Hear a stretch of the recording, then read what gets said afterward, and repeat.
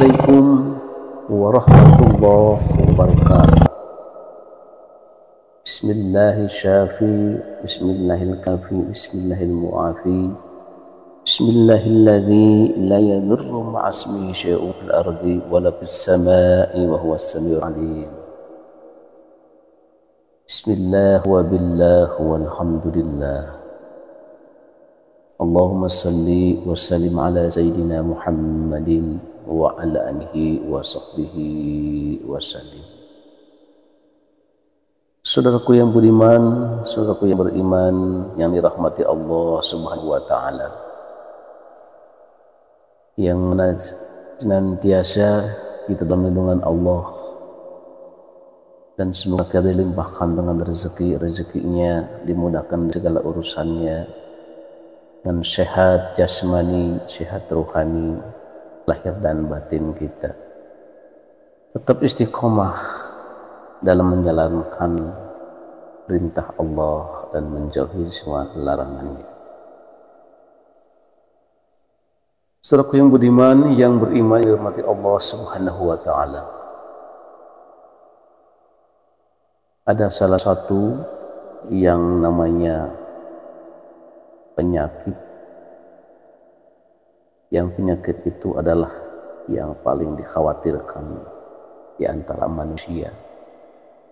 Kebanyakan manusia gagal fokus, bahkan bisa menjadi salah satu penyebab kematian, yaitu penyakit yang bersarang di dalam perutnya. Di antara lain orang-orang yang punya sifat penyakit lambung, emah, dan lain sebagainya. Meskipun sebabiahnya bisa menimbulkan dari rasa, dari pikiran, pusatnya, penyebabnya datangnya penyakit, berbagai macam-macam penyakit, ada dari salah satu pikiran, memikirkan sesuatu yang begitu tak kunjung selesai, memikirkannya begitu mendalam, dengan perut yang kosong akan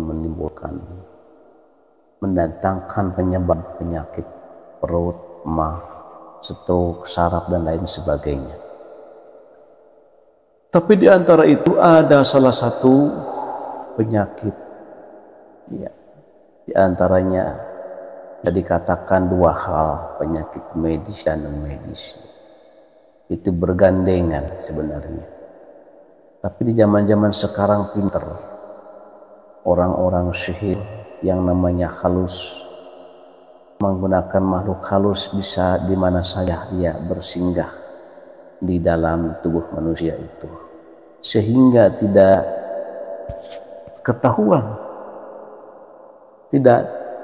diketahuan sama sang dokter-dokter yang memeriksa orang yang sakit itu.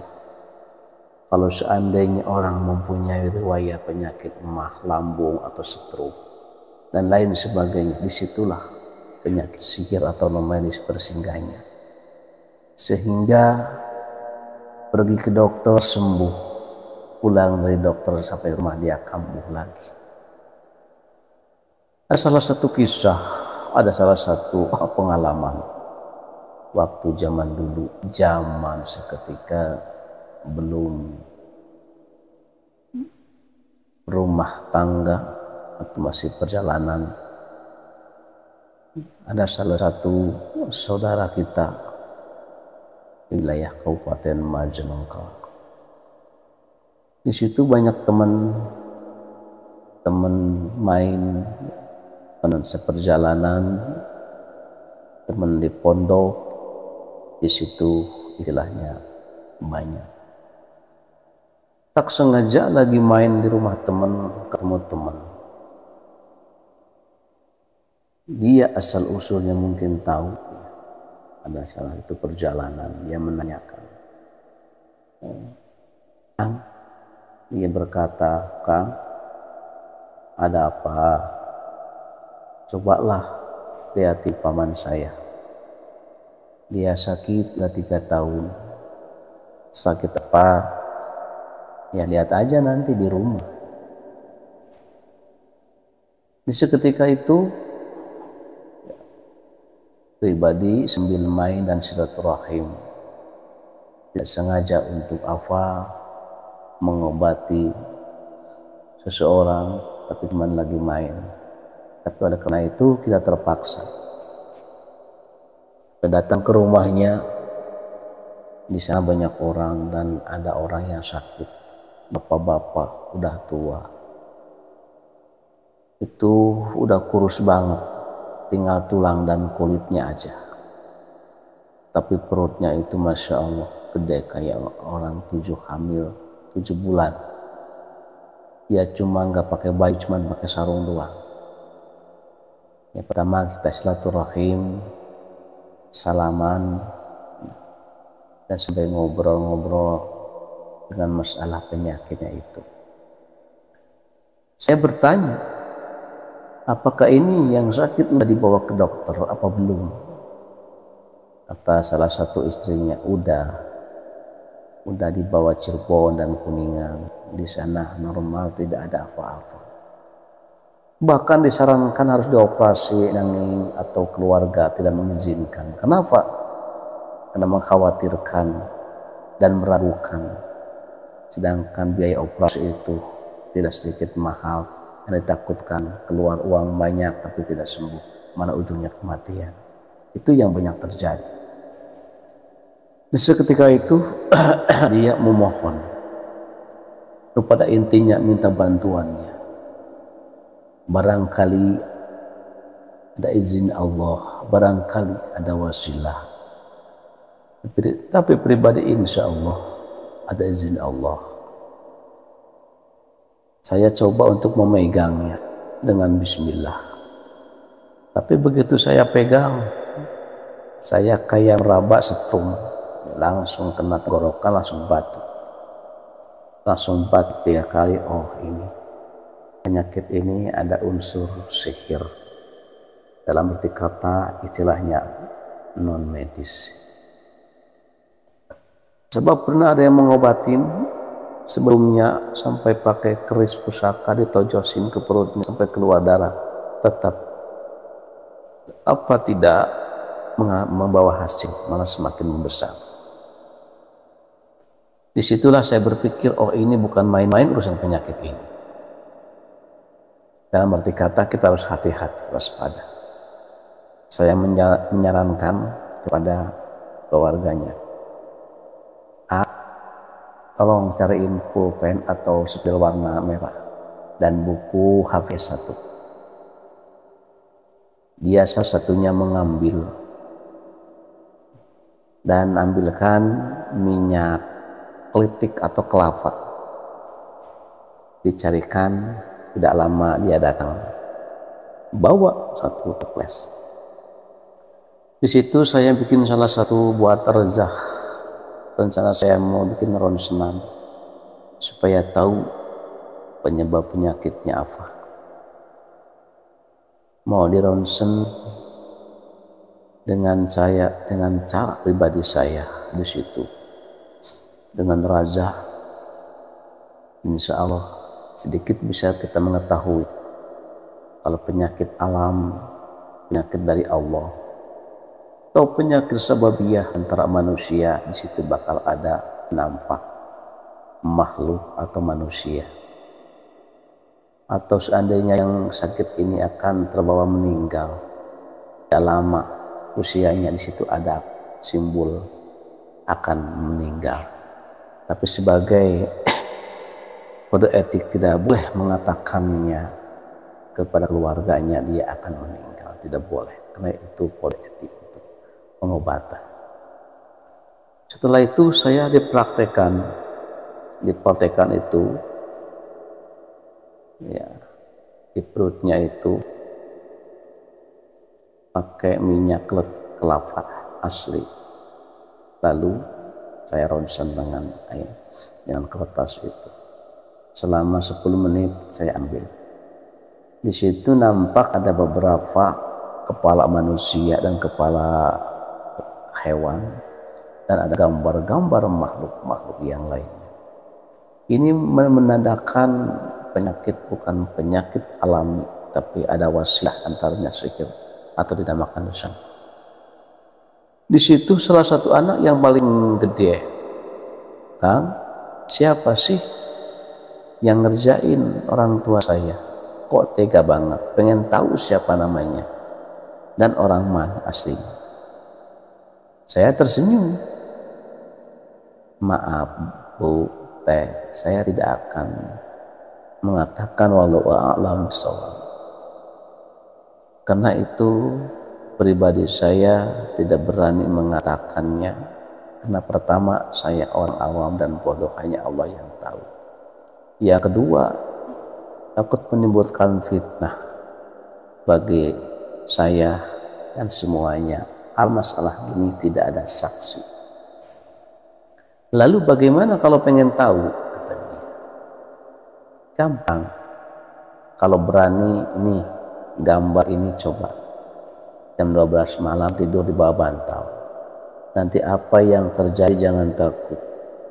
Dalam mimpi nanti kita nampak siapa dan siapa. Dan orang mana ketahuan.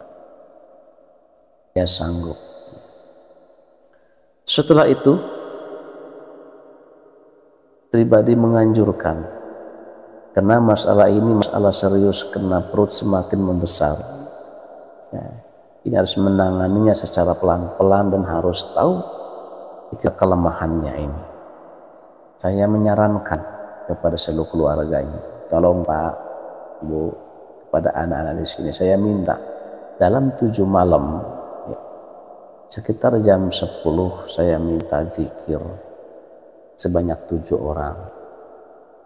Dengan caranya berbaring yang sakit di kepala 1 orang kanan kiri, 2 orang, dan di kaki ada 2 orang.